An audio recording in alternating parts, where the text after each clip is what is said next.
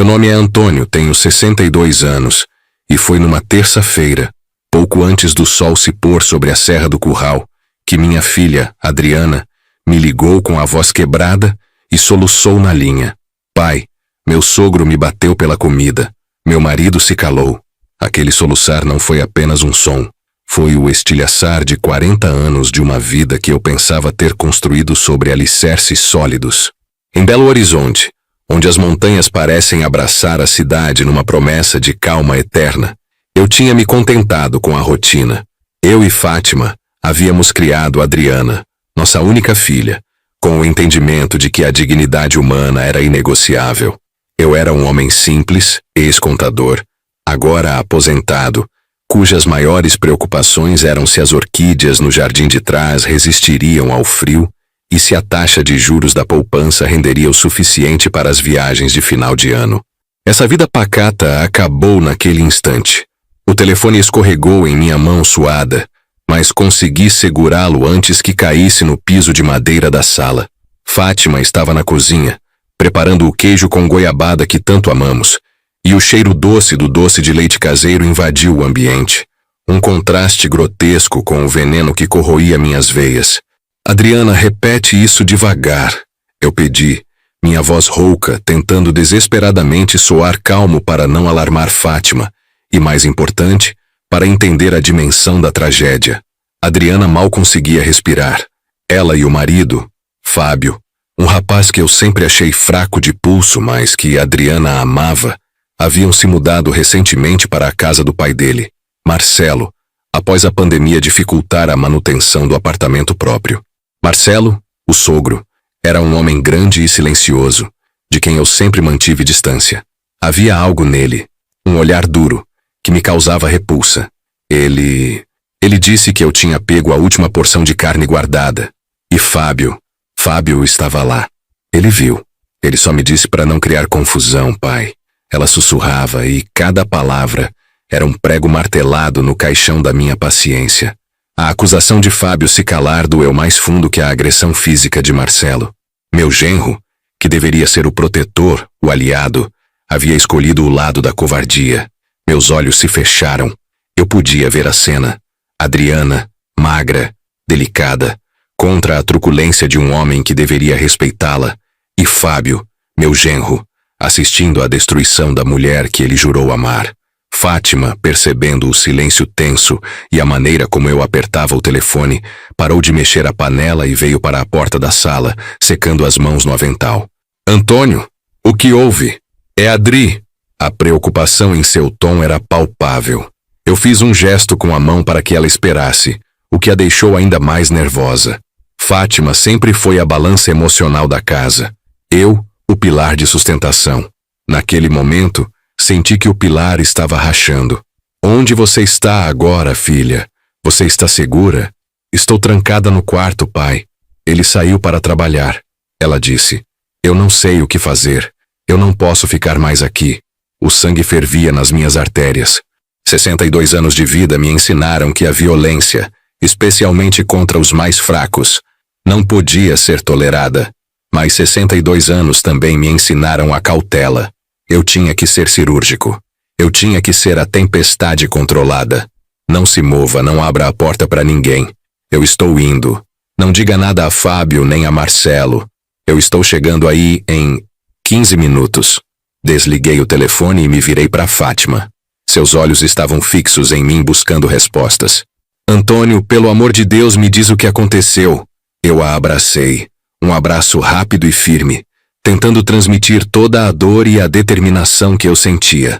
Aconteceu que Marcelo bateu na nossa filha, por causa de comida, e Fábio não fez nada para impedir. Revelei, mantendo a voz baixa, embora o tremor na minha mandíbula denunciasse a fúria. Fátima levou as mãos à boca. Um grito silencioso. Sua pele ficou pálida, quase cinza. Eu vou lá, eu disse, soltando-a e já caminhando em direção ao quarto para trocar de roupa. Não, você vai lá brigar? Não faça isso, Antônio. Você está com 62 anos, o coração. E Marcelo é um brutamontes. Fátima implorava, seguindo-me pelos corredores. O medo dela era legítimo, mas eu não podia ouvir. O instinto paternal havia tomado conta, anulando a prudência. Eu me despi da minha camisa de pijama, vestindo rapidamente uma polo escura e calças jeans. Procurei no armário o meu cinto de couro mais grosso, não porque pretendesse usá-lo como arma, mas porque eu precisava de algo que me ancorasse, que me fizesse sentir duro, preparado. Eu não vou lá brigar, Fátima. Eu vou lá resgatar a nossa filha. Corrigi, calçando meus sapatos de couro. E vou garantir que ele nunca mais encoste nela. Isso não é sobre briga, é sobre justiça. E sobre mostrar a Fábio o que um homem de verdade faz quando a mulher que ele ama está em perigo. O relógio na parede da sala marcava 17h45. O trânsito de Belo Horizonte estaria congestionado, mas eu pegaria a rota pela contorno, não importava. Eu precisava ser rápido. Você liga para o Dr. Ricardo, instruí Fátima, já pegando as chaves do carro na mesinha de entrada. Dr. Ricardo era nosso advogado de confiança, um homem perspicaz e com contatos sólidos na cidade. Explica a situação. Diga que estou indo buscar a Adriana, e que se Marcelo aparecer e houver algum problema, ele precisa estar a postos. Fátima assentiu, as lágrimas escorrendo, mas a determinação voltando ao seu olhar. Ela sabia que, quando eu tomava uma decisão dessas, não havia volta. Vai com Deus, Antônio, e se cuida. Ela sussurrou. Eu acenei, abrindo a porta e sentindo o ar quente e seco da tarde. O cheiro de goiabada ficou para trás. O que me esperava era o odor metálico da fúria. Entrei no meu Opala 92, um carro antigo, mas que eu mantinha impecável. O motor roncou a primeira chave, um som grave e confiável. Enquanto eu manobrava para sair da garagem, senti um peso no estômago que não era medo. Era antecipação. Antecipação do confronto. Antecipação da redenção da minha filha.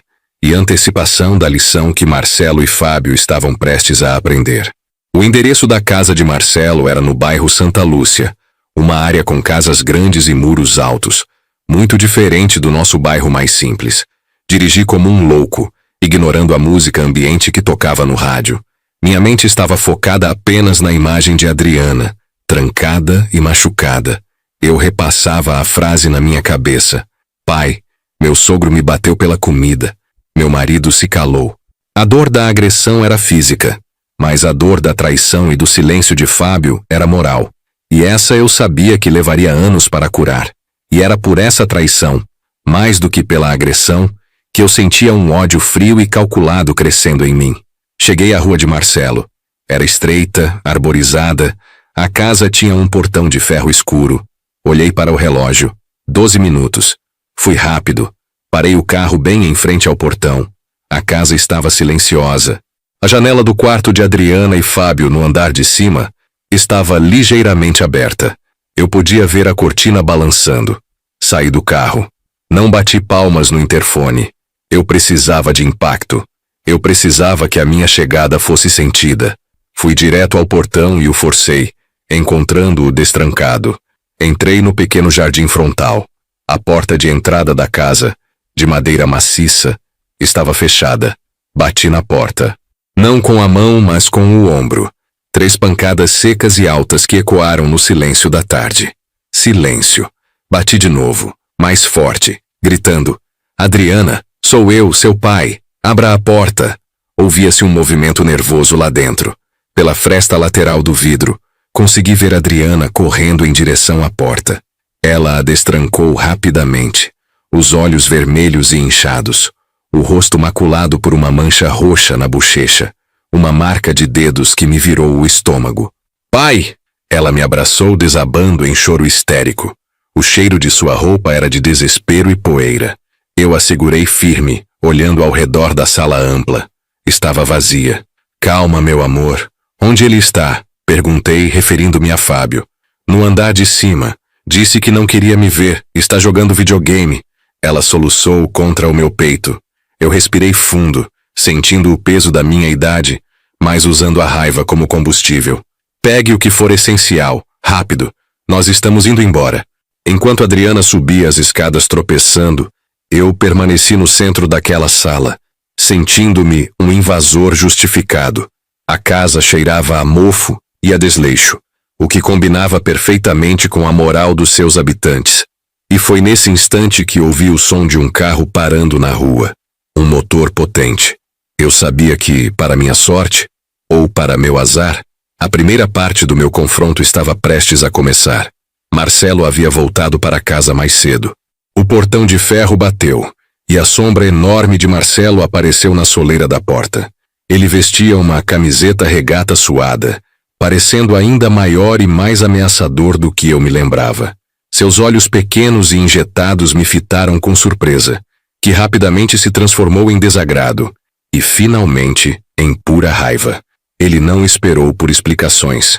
O que você está fazendo na minha casa, Antônio? Quem te deu permissão para entrar? A voz dele era um rugido baixo e perigoso. Eu me endireitei, colocando-me entre ele e a escada. Meu corpo de 62 anos parecia feito de aço. A fúria que senti era tão intensa que parecia me fazer crescer. Eu vim buscar a minha filha, respondi, minha voz calma e controlada, o que o irritou ainda mais. E vim dar o aviso. Se você encostar nela de novo, eu não chamarei a polícia. Eu venho atrás de você. Marcelo deu um passo para dentro, fechando a porta com um estrondo que fez o vidro da sala tremer. Ah, o velhote resolveu aparecer? E o que você vai fazer, Antônio? Me dar uma bronca? Ele zombou, levantando a mão direita, a mesma que ele usara para agredir Adriana, e apontando para mim. Sua filha é mal agradecida e ladra de comida. Ela mereceu. A palavra mereceu foi o estopim. Eu não precisava de Dr. Ricardo. Eu precisava de silêncio e de impacto. Eu dei um passo à frente. Vamos ver quem merece o quê, Marcelo? O som da primeira pancada foi o único som que importou. O som da primeira pancada foi o único som que importou. O impacto se espalhou pelo meu braço como um choque elétrico. Mas não era dor, era liberação. Marcelo caiu, não com o tombo dramático de cinema, mas com o peso morto de quem não espera a colisão, batendo a cabeça na quina do rack de televisão antes de escorregar para o chão de porcelanato frio. Eu senti o cheiro de sangue e do medo dele, que evaporava no ar. Minha respiração ofegava, mas o ritmo não era de cansaço. Era o ritmo do trabalho pesado, o ritmo que eu conhecia desde os meus 15 anos. 62 anos de paciência, dignidade e trabalho explodiram naquele milésimo de segundo. Eu me afastei do corpo inerte de Marcelo, sem sequer olhar para baixo. Não havia orgulho. Havia apenas uma dor silenciosa e profunda. A dor de um pai que precisou sujar as mãos para proteger o que era sagrado. Este não era Antônio. O Antônio que eu conhecia, o Antônio de Belo Horizonte, morava em uma casa de muros baixos e portão rangente, onde o único barulho era o da chaleira apitando ou o do rator de queijo na mão de Fátima. Virei-me e vi Adriana encolhida na soleira da porta do quarto, coberta por um cobertor gasto. Seus olhos estavam vermelhos, mas o medo físico havia sido substituído por um espanto gelado. Pai, a voz dela era um sussurro rouco, um som que me rasgava por dentro. Eu andei até ela, meu paletó de alfaiataria, comprado para o casamento que eu achei que garantiria a felicidade dela, estava vincado e pesado, mas eu o usava como uma armadura. Eu a envolvi com meus braços e senti a fragilidade dos seus ombros, a leveza não saudável de quem não se alimenta direito há meses. E foi nesse toque que o ato que acabara de cometer se dissolveu, dando lugar à realidade brutal que me trouxe até aqui. Eu fechei os olhos por um instante, e o apartamento frio e sem vida de Marcelo, todo cinza, branco e vidro, deu lugar ao meu próprio refúgio. Pensei na nossa casa, na Rua das Acácias, erguida tijolo por tijolo com o suor que caía da minha testa. Não era uma mansão, mas era nossa. Lembro-me da época em que Fátima e eu decidimos comprar o terreno. Eu trabalhava em duas frentes, de dia na metalurgia e de noite, dirigindo um táxi velho com o cheiro de gasolina e pneu queimado que grudava na minha pele. Fátima, a santa mulher, fazia marmitas para vender para os operários do bairro para juntar o que faltava. Lembro-me de quando Adriana era pequena e sentava-se na bancada da cozinha, aquela bancada de azulejo branco com bordas verdes que já está trincada em 3 lugares. Ela não pedia doces caros ou brinquedos importados. Ela pedia a goiabada cascão que Fátima fazia, ou o pão de queijo da padaria do seu Jacinto. Nós nunca tivemos luxo, mas tínhamos abundância. Abundância de afeto, de esforço e, acima de tudo, de comida. Ninguém passava fome debaixo do nosso teto. O sacrifício era a moeda com que comprávamos o futuro dela. Cada hora extra, cada centavo guardado, era investido na educação e na dignidade de Adriana. Quando ela se formou em letras na UFMG, eu chorei mais do que ela. Não de alegria pela formatura em si, mas pela prova material de que o sacrifício havia valido a pena. Eu entreguei a ela um futuro onde ela não precisaria rastejar por nada. Eu entreguei a ela a escolha. E então ela escolheu Marcelo. Marcelo, que me olhava com a soberba de quem nunca precisou suar para ter uma camisa limpa. Marcelo, cuja família tem fábricas de cerâmica e que achava que o trabalho de uma vida inteira de um homem como eu era apenas pitoresco. A ironia era um golpe que doía tanto quanto o soco que eu acabara de dar. Eu trabalhei para garantir que Adriana jamais fosse acusada de roubar algo, e muito menos comida. Ela é mal agradecida e ladra de comida. Ela mereceu. A frase de Marcelo ecoou na minha cabeça, limpando qualquer resquício de culpa pelo que eu fiz. Ele não apenas agrediu minha filha, ele profanou a história da nossa família. Ele disse que o sacrifício de Fátima e meu não valeu nada. Vamos, filha, murmurei apertando-a contra o meu peito. A adrenalina começava a baixar, substituída pela tremedeira fria da realidade iminente. Ela se afastou de mim, os olhos fixos na figura de Marcelo no chão. Pai, o que você fez? Ele está respirando. Não importa, eu disse categórico. Nós vamos para casa agora. Pegue o que for essencial. Eu não vou deixar você mais um minuto aqui. Enquanto Adriana, ainda em choque, cambaleava para o quarto para pegar uma bolsa de mão, eu dei uma olhada rápida na sala. O sangue era pouco, mas inconfundível. Havia uma mancha escura e viscosa na porcelana clara. A cena era um contraste gritante com a ordem impecável daquele lugar, e eu sabia que aquele sangue era o ponto final na rotina de paz que Fátima e eu havíamos construído. A simplicidade da nossa vida estava rompida. Nunca mais poderíamos voltar a sentar na varanda sob a mangueira, sentindo o cheiro de terra molhada e esperando a chuva de verão.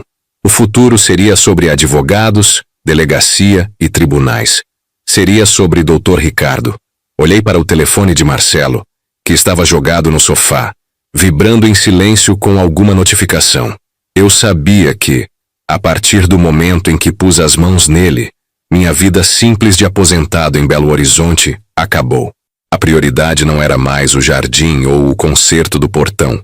Era a sobrevivência da minha filha e a minha própria. Adriana voltou, segurando uma bolsa gasta e o cobertor. Ela não levou quase nada. Talvez ela não tivesse muito mais do que isso. Vamos, eu repeti, puxando-a pela mão, sentindo a frieza dos seus dedos. Ao passar pela porta, dei uma última olhada para Marcelo. Ele gemia, tentando se mexer. Vivo. Era o suficiente. A vingança estava consumada, mas o preço ainda estava para ser cobrado. Eu a guiei para o carro, um Celta que me servia há mais de uma década, estacionado na rua arborizada. O motor roncou para a vida, familiar e acolhedor. Ao me afastar daquele bairro frio, eu senti a mão de Adriana na minha perna, trêmula. Enquanto dirigia pelas ruas de BH, na direção da minha casa, o cheiro metálico de sangue parecia ter se impregnado na minha roupa. Eu me concentrei na estrada, mas minha mente estava à frente, imaginando o rosto de Fátima. Ela saberia imediatamente que algo tinha mudado. Ela me conhecer. E eu teria que contar a ela que, depois de tantos anos construindo uma vida de paz, eu havia me tornado o homem que resolve as coisas com a força bruta. Eu peguei o telefone do console, aquele modelo simples, com botões grandes, e digitei o número. Era hora de trazer a artilharia pesada. Doutor Ricardo? É Antônio. Preciso da sua ajuda. Sim, é urgente. Eu parei, engolindo em seco. Eu não podia dizer para o advogado enquanto dirigia com minha filha traumatizada ao lado. Eu fiz o que precisava ser feito. Mas ele está respirando. E isso significa que o inferno vai começar agora. Apertei o volante com tanta força que senti o vinco do meu paletó de alfaiataria me incomodando no ombro. Eu tinha a minha filha de volta, mas a paz de Antônio havia morrido no chão de porcelanato de um apartamento frio. E eu sabia que, em breve, a campainha da Rua das Acácias tocaria, e não seria para o carteiro. O preço da dignidade seria alto, mas eu estava pronto para pagar. Continua. E eu estava pronto para pagar. Chegamos à Rua das Acácias quase 10 minutos depois, mas o tempo na estrada pareceu uma eternidade. O silêncio no carro era um sudário. Adriana não chorava, o que era talvez mais preocupante. Ela apenas respirava, o som cortado e superficial, como se o ar fosse um luxo que ela não merecesse. Seus dedos agarravam o tecido do meu paletó no banco do passageiro. Ela ainda estava usando o vestido fino de algodão, agora amassado e manchado, o mesmo que ela usava no dia em que nos visitou pela última vez em Belo Horizonte, há meses. A ironia da permanência daquela roupa me atingiu como um soco. Estacionei o Mercedes na garagem, desligando o motor. O ruído do motor morrendo pareceu incrivelmente alto. Vamos, filha, você está segura agora. Ela não se mexeu. Eu a ajudei a sair do carro. Ela não era mais a jovem vibrante que havíamos criado. Era um fantasma que pesava muito pouco em meus braços. O cheiro de álcool gel misturado com algo adocicado e barato, provavelmente o perfume que ela usava para mascarar o odor do apartamento decadente, pairava sobre nós. Fátima estava na porta antes mesmo que eu pudesse usar a chave, seus olhos inchados e vermelhos. Eu não a havia avisado que traria a Adriana de volta daquela maneira, apenas que era urgente. Meu Deus, Adriana, Fátima sussurrou, e o som da sua voz era a primeira coisa real que tínhamos ouvido em horas. Fátima a abraçou, envolvendo-a com o calor de mãe. Adriana finalmente desabou, não em gritos histéricos, mas em soluços silenciosos e profundos que faziam seu corpo tremer. Aquele era o som da verdade que eu havia encontrado naquele chão de porcelanato. Entreguei minha filha à sua mãe e me afastei. Eu tinha um demônio para exorcizar e uma defesa para montar. Fui direto ao escritório, um cômodo que cheirava a couro e papel antigo, e peguei o telefone fixo. Disquei o número de Dr. Ricardo novamente. Ricardo, desculpe ligar de novo. Sim, eu já estou em casa com a Adriana. Escute. Não, ele não morreu. Graças a Deus ou, talvez, infelizmente. Ele está respirando. E agora o pai dele, o marido dela e talvez a polícia virão atrás de mim. Preciso que você entre em contato com o delegado imediatamente. Quero que prepare uma narrativa de legítima defesa da honra. Não, melhor, defesa da vida. Se prepare para o pior. Eles tentarão alegar invasão e agressão premeditada. Eu fui lá, Ricardo. Eu o acertei com toda a força que um pai pode ter. E por favor, eu preciso de um investigador. Preciso saber exatamente o que aconteceu naquela casa nos últimos 6 meses. Não me importo com o preço. Quero nomes, contas bancárias e onde Marcelo esteve hoje. Marcelo, meu genro, aquele que havia se calado. Eu mal podia esperar para olhar nos olhos dele de novo.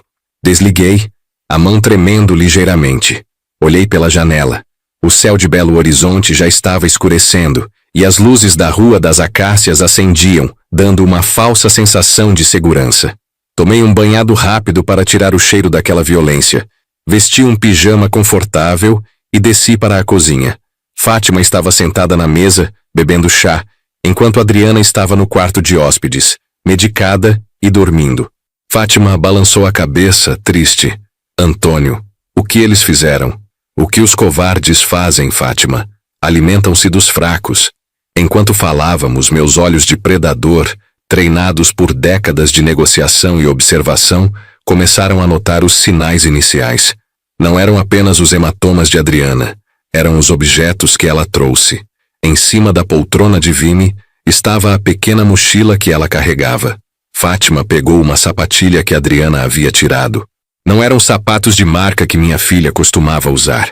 Eram sapatilhas de couro sintético, o solado visivelmente gasto, quase furado no calcanhar. Onde ela comprou isso? Eu perguntei. Fátima franziu a testa. Não sei. Ela não usava sapatos assim antes. Lembrei-me. Eu havia garantido a eles uma ajuda financeira robusta. para que pudessem manter o padrão de vida em BH. Onde estava o dinheiro? Fui até a mochila, mexendo com cuidado. Havia um único livro, um exemplar velho de Machado de Assis e um pequeno estojo de maquiagem barato, comprado em alguma drogaria de esquina.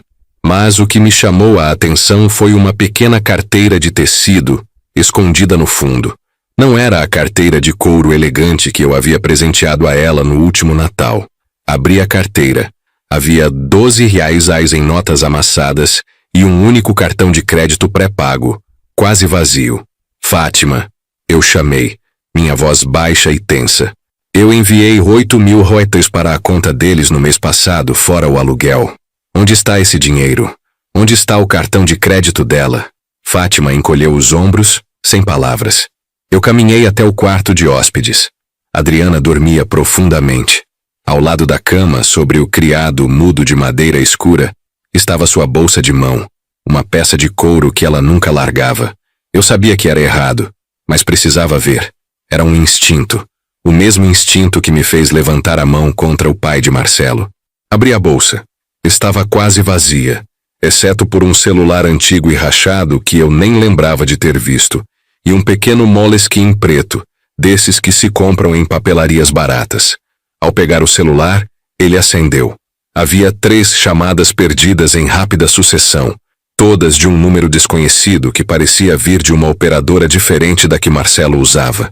A luz do celular iluminou o rosto adormecido de Adriana. De repente, ela murmurou, mas não acordou. Não, o Marcelo, ele... Ela parou. Eu apertei o celular, o coração disparando. O que Marcelo fez? Eu coloquei o celular de volta e peguei o Moleskine. Não era um diário. Estava cheio de números e códigos, listas de compras estranhas. Apenas arroz, feijão e uma lata. E nas últimas páginas havia um desenho apressado de uma chave, com um endereço rabiscado embaixo. O endereço não era o do apartamento de Marcelo e Adriana. Era o endereço de um depósito no bairro Lagoinha. Minha mente estava em turbilhão. Agressão por comida, sapatos gastos, dinheiro desaparecido, um celular novo rachado e um depósito secreto em uma parte de Belo Horizonte que eles nunca deveriam frequentar. O inferno que eu esperava que começasse com o pai agressor estava apenas me distraindo do inferno que Adriana já estava vivendo. Eu não estava apenas defendendo minha filha de um sogro violento. Eu estava desvendando uma teia de aranha que Marcelo havia tecido ao redor dela. Ele não se calou por covardia. Ele se calou para proteger algo que valia mais do que a dignidade da minha filha. Eu fechei o Moleskine, o peso do segredo gelado nas minhas mãos. A campainha da Rua das Acácias ainda não havia tocado para a polícia, mas eu podia ouvir os tambores da guerra batendo em meus ouvidos. A inocência de Marcelo estava morta, e agora eu precisava descobrir o que ele estava escondendo naquele depósito na Lagoinha. Eu pagaria ao investigador o que fosse necessário. O preço da dignidade seria alto, mas o preço da verdade seria incalculável. E eu começaria a cobrar. Eu fechei o Moleskine, mas a imagem daquelas anotações, rabiscadas de forma furtiva pela minha própria filha, ardia na minha retina. Marcelo não era apenas um covarde, mas uma engrenagem. E eu tinha o endereço do motor principal, o depósito na Lagoinha. A manhã seguinte em Belo Horizonte amanheceu com aquele brilho opaco de inverno, prometendo um dia seco e frio. Eu estava na minha casa, no bairro Mangabeiras, um refúgio de silêncio e ordem que agora parecia uma fronteira prestes a ser invadida. Fátima desceu para o café, tagarelando sobre o jardim e as orquídeas que ela havia transplantado. Eu apenas assenti, o som da minha mastigação parecendo alto demais, falso demais, diante da realidade que eu escondia. Você está inquieto, Antônio. Ela comentou, parando de mexer o café. Aquele problema com a Adriana está te consumindo. Eu forcei um sorriso. É só o trabalho, Fátima. O volume de projetos neste final de ano. Mas sim, a Adriana... Farei o que for preciso para trazê-la para casa. Seu dever é com ela, Antônio. Sempre foi. O dever. A palavra soava pesada, feita de chumbo. Meu dever não era apenas resgatar a Adriana, mas desmantelar a máquina que a estava esmagando, não importando quem a estivesse operando. Assim que Fátima saiu para sua aula de hidroginástica, Eu peguei o telefone. Liguei para o contato que Dr. Ricardo havia me passado para assuntos de natureza delicada e investigativa, um ex-policial de alto escalão chamado Elias. Fui breve e direto. Pedi uma verificação minuciosa de um imóvel comercial na Lagoinha, um depósito aparentemente inativo ligado à família de Marcelo. Confidencialidade absoluta, Elias. Se vazar, eu saberei que foi aqui. Sei o meu trabalho, Dr. Antônio. Me dê 48 horas. Desliguei, sentindo uma ponta de alívio. O movimento fora feito. A peça fora jogada no tabuleiro. Agora, eu precisava revisar os documentos da minha empresa, a Antônio Engenharia em Consultoria. Eu tinha que ter certeza de que Marcelo, que havia trabalhado informalmente comigo por um breve período após se casar com Adriana, não havia plantado nenhuma bomba financeira em meu próprio quintal. Dirigi até meu escritório no Funcionários. Era um prédio moderno e austero, espelhado, onde o ar-condicionado soprava uma brisa limpa e industrial. O cheiro de café expresso e papel couché era a minha zona de conforto há 20 anos. Eu me sentei à minha mesa de mogno, liguei o computador e me preparei para mergulhar nos livros contábeis, buscando qualquer rastro de transações suspeitas ou acesso indevido. Minha atenção, porém, foi capturada por algo estranho no canto superior direito da mesa. Eu guardava ali, numa gaveta trancada, os documentos mais sensíveis, cópias de títulos de propriedade, apólices de seguro e, crucialmente, a papelada detalhando o patrimônio que eu pretendia transferir a Adriana para protegê-la no divórcio. Abri a gaveta com a chave prateada. O cheiro de papel novo era forte, mas não era o meu papel. Em cima de uma pasta de couro castanho que continha a escritura do meu sítio em Casa Branca, havia algo que definitivamente não pertencia ali. Era uma fotografia. Uma fotografia colorida, de altíssima resolução, impressa em papel fosco profissional.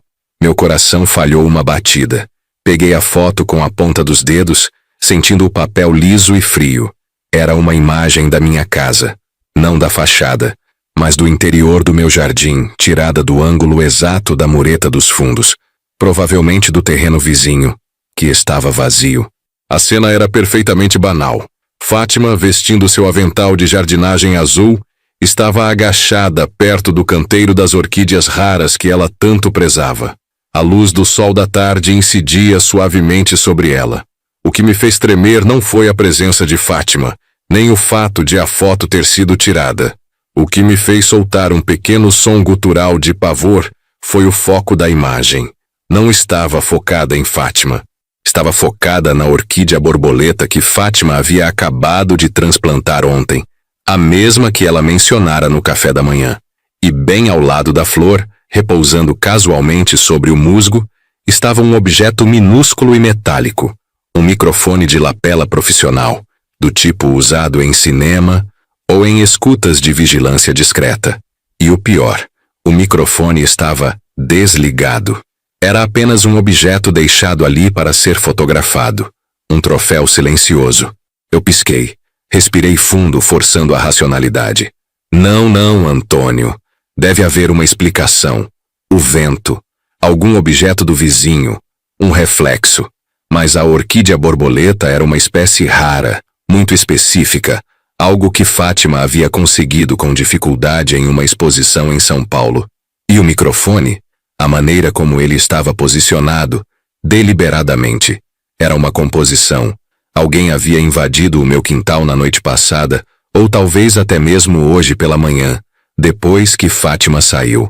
Não para roubar, não para quebrar nada, apenas para tirar uma foto, colocá-la na minha gaveta trancada e me mostrar que podiam chegar perto da minha esposa, no meu refúgio mais íntimo, sem que eu soubesse. O ar-condicionado na sala parecia ter parado de funcionar. Senti o suor frio escorrer pelas minhas costas, enquanto eu examinava a gaveta. Não havia sinais de arrombamento. A fechadura estava intacta. Quem quer que fosse, tinha acesso ou era um profissional que tornava o acesso indetectável. Minha mente deu um giro vertiginoso. Eu estava focado no depósito na Lagoinha, no esquema financeiro de Marcelo, na dignidade roubada de Adriana. Eu estava olhando para o sul e o inimigo estava vindo do norte, atacando a fundação da minha vida. Eles não me avisaram com um tiro ou uma ameaça por telefone. Eles usaram a linguagem fria e clínica da vigilância. Sabemos quem você ama. Sabemos o que você protege. E podemos estar ao lado disso a qualquer momento. O pânico era uma névoa espessa, mas eu forcei a lucidez. Quem seria capaz de tal nível de profissionalismo e intimidação? Não era o sogro bêbado de Adriana. Isso superava em muito a crueldade de Marcelo. Isso era a marca de uma organização, de algo muito maior do que um esquema de sonegação de impostos. Eu respirei fundo, amassando a foto na minha mão. O cheiro de tinta da fotografia me revirava o estômago. Eles sabiam que eu estava investigando. Eles sabiam do Moleskine. Eles sabiam do depósito. A inocência de Marcelo? Ela havia morrido quando descobriu o depósito. Minha própria inocência morreu agora com essa foto. Eu não estava mais em um divórcio litigioso. Eu estava em uma guerra de inteligência e sobrevivência. Olhei para o telefone na minha mesa, o mesmo que usei há minutos para ligar para Elias. Eu precisava de Dr. Ricardo imediatamente, não para agendar uma petição de divórcio, mas para traçar um plano de defesa. Eu precisava proteger Fátima e, mais do que nunca, eu precisava descobrir o que diabos estava acontecendo naquele depósito na Lagoinha. A urgência de Elias havia se transformado em desespero silencioso. Eu não iria parar, mas agora, o medo tinha um gosto metálico e real. Eles tinham me mostrado o microfone de lapela em meu jardim. O que mais eles tinham escondido? O que eles fariam se eu continuasse cutucando? Liguei para Dr. Ricardo. Minha voz estava rouca. Ricardo, esqueça a papelada do divórcio por um minuto. Eu preciso de você agora. É sobre Fátima. E eu estou com muito medo. O peso do incalculável preço da verdade acabara de ser cotado. E era a segurança da minha família. E eu começaria a pagar agora. Eu só precisava garantir que o pagamento não fosse a vida de Fátima. Eu olhei para a porta fechada do meu escritório, sentindo os olhos invisíveis do inimigo ainda sobre mim, mesmo no coração de Belo Horizonte. Eu não podia mais confiar em ninguém, nem mesmo nos muros altos do meu lar. O inimigo havia se aninhado no jardim da minha paz. A linha ficou muda por um instante enquanto eu tentava retomar o fôlego. Eu podia ouvir o barulho do trânsito da Avenida Afonso Pena através do telefone de Dr. Ricardo. Antônio, você está aí? O que está havendo com Fátima? Ela está no hospital? A voz de Ricardo era profissional, mas ligeiramente alarmada. Não, Ricardo, não é isso. É pior. Eles estão me ouvindo. Eles estavam me ouvindo o tempo todo. Sussurrei na linha, apertando o celular com tanta força que meus nós dos dedos ficaram brancos. Eles plantaram um microfone de lapela no meu jardim. Eu o encontrei. No meio das hortênsias. Houve outro silêncio mais longo, mais frio. Você tem certeza, Antônio? Absoluta. Eu o tenho aqui. Não toque em nada, não venha de carro ostensivo. Venha sozinho e entre pela lateral. Não use o interfone. Eu abro para você. E Ricardo, eu preciso tirar Fátima daqui, agora. Desliguei antes que ele pudesse responder mais perguntas.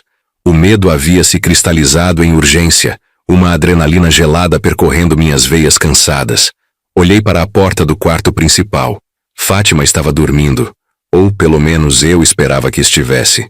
O som de sua respiração suave era o único conforto em um mundo que subitamente se tornara feito de espelhos e sombras. O silêncio da casa era agora o som mais aterrorizante que eu já havia ouvido. Cada ranger do assoalho, cada gota d'água na calha, parecia um marcador que confirmava que havia um ouvinte atento na escuridão. Eu vesti um roupão e desci, descalço. O mármore da sala estava frio sob meus pés. Eu apaguei todas as luzes, exceto uma fraca no escritório, e me posicionei perto da porta de serviço, esperando Ricardo. 15 minutos depois, um Dr. Ricardo excepcionalmente cauteloso, de terno cinza e olhos arregalados, deslizou pela porta. Antônio, o que? Ele começou a falar, mas eu agarrei seu braço, puxando-o para dentro e fechando a porta com suavidade letal. Não aqui, sibilei. Nós vamos para a adega. É o lugar mais subterrâneo e, esperançosamente, o mais seguro. Descemos os degraus de pedra. O ar na adega cheirava a terra úmida e vinho antigo.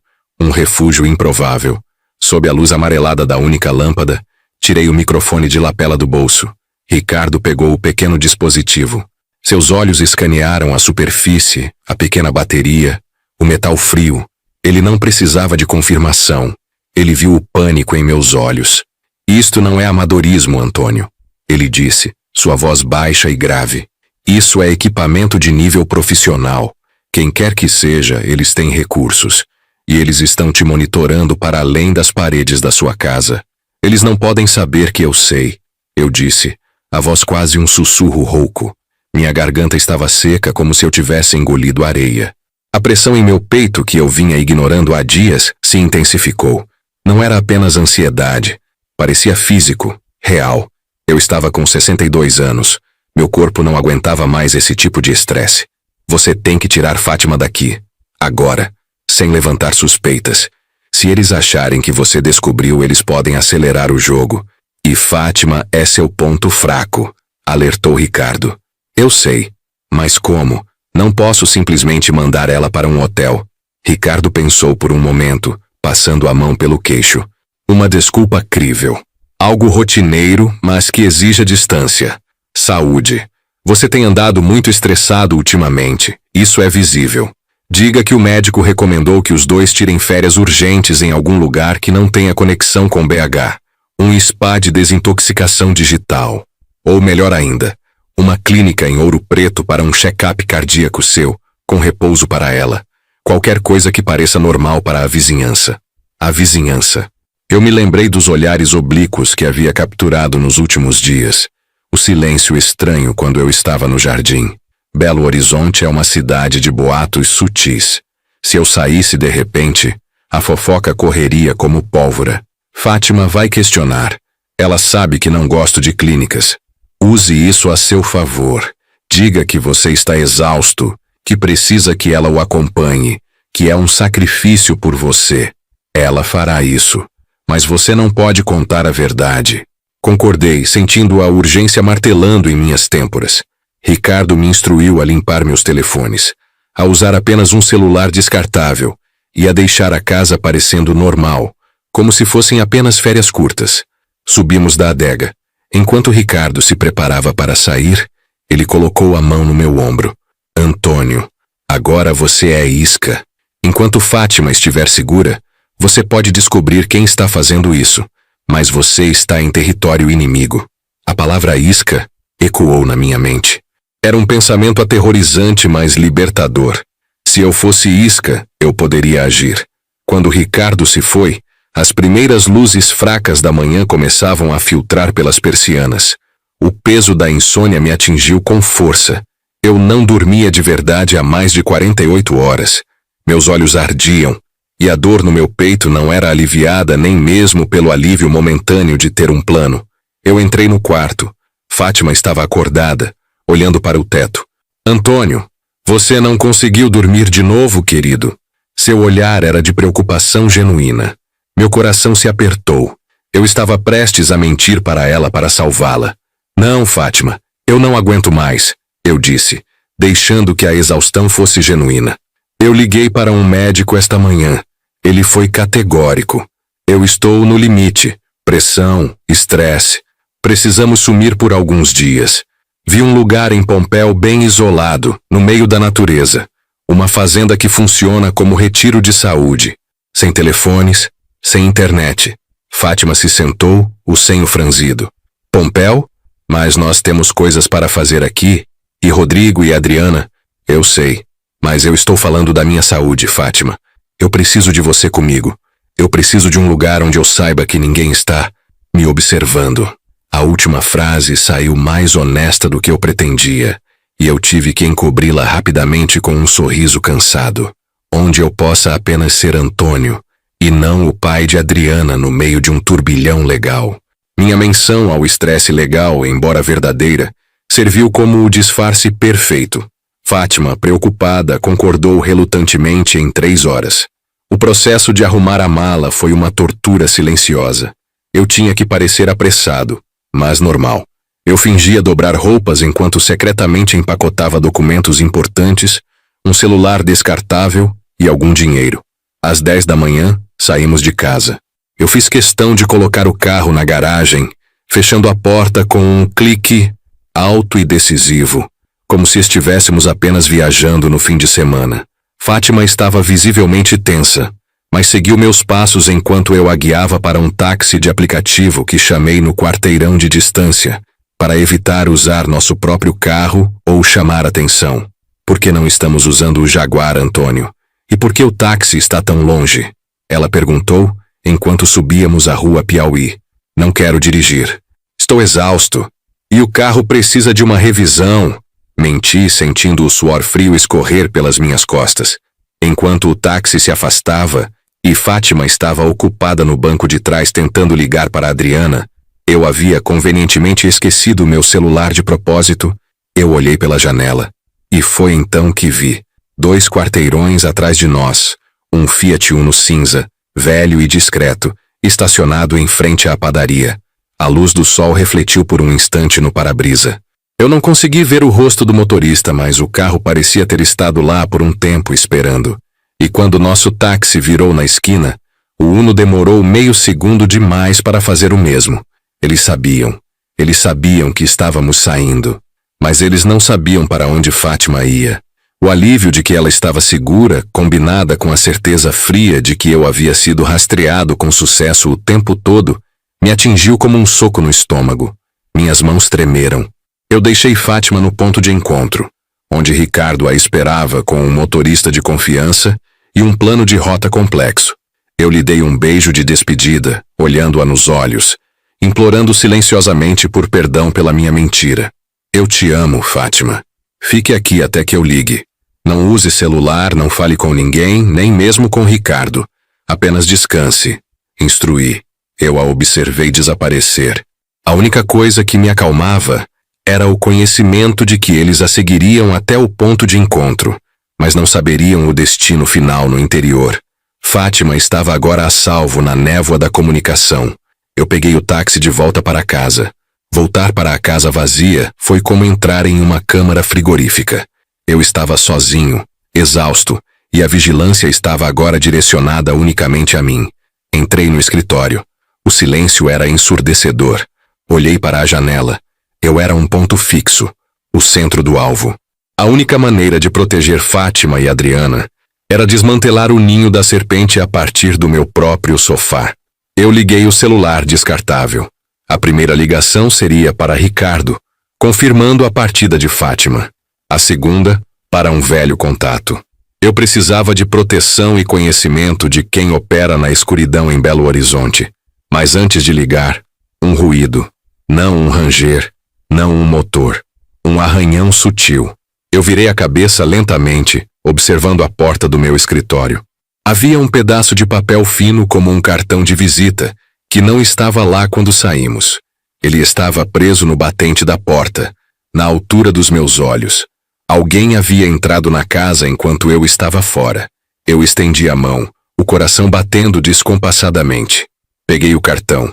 Não havia nome, apenas uma impressão. Uma única rosa vermelha desenhada em preto. E no verso, escrito à mão, em letra fina e elegante, apenas uma palavra: cuidado. Não era um aviso. Era uma declaração de domínio. Eles me deixaram ir. Eles me deixaram mover Fátima, mas queriam que eu soubesse. Eles estão sempre um passo à frente. Eu não era isca. Eu era um animal enjaulado. A adrenalina voltou, mais forte, mais violenta. Eu precisava ir além do medo. Eu precisava revidar. A dor no peito voltou forte o suficiente para me fazer cambalear. Mas agora eu não tinha tempo para prestar atenção nela. A caçada havia começado, e eu era o único homem em casa. O cartão de visitas caiu da minha mão, mas o desenho da rosa negra parecia tatuado na minha retina. Eles não estavam apenas me observando. Eles tinham entrado na minha casa, no meu santuário violado. A fragilidade de Fátima, a única coisa que me motivava, de repente me pareceu um fardo insuportável. Eu não era um pai ou um marido. Eu era uma distração. O medo deu lugar a uma fúria gélida, um tipo de clareza mental que só a certeza da morte iminente proporciona. A dor no peito recuou. substituída por um vazio ardente. Eu não podia caçar fantasmas. Eu precisava proteger o que estava ao meu alcance. E agora? Adriana. O peso daquela palavra me jogou para a porta. Peguei as chaves do carro sem pensar. Se a organização estava me usando como isca, então a segurança da minha filha era a minha única prioridade.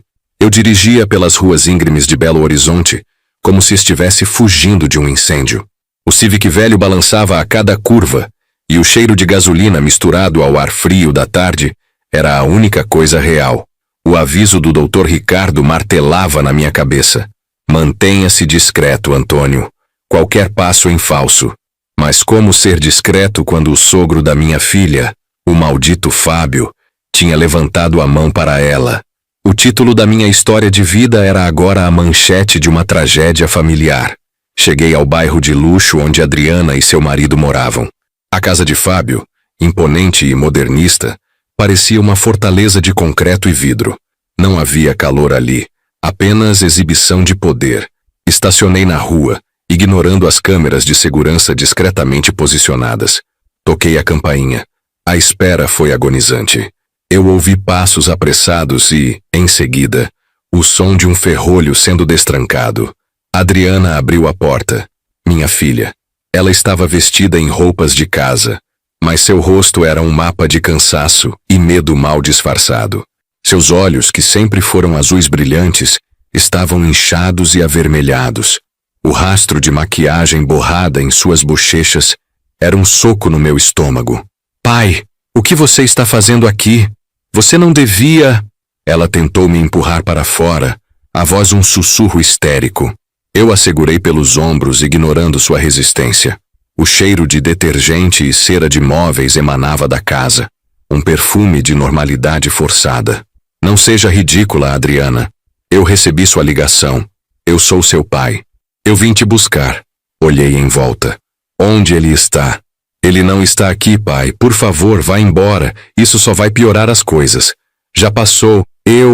Ela mordeu o lábio inferior, procurando desculpas para a violência sofrida. Eu balancei a cabeça lentamente, sentindo o nó apertar em minha garganta. Não minta para mim. Me mostre. Com relutância, ela me levou para a sala de estar, um espaço vasto e impessoal. Foi quando ouvi o pigarro seco e autoritário vindo do corredor que dava para o escritório. Não há nada para o senhor ver aqui, Antônio. A voz era Fábio. Grave, calma, perigosamente controlada. Fábio saiu da sombra do corredor. Ele era um homem grande, talvez 10 anos mais novo que eu, com a postura rígida de quem nunca precisou implorar por nada.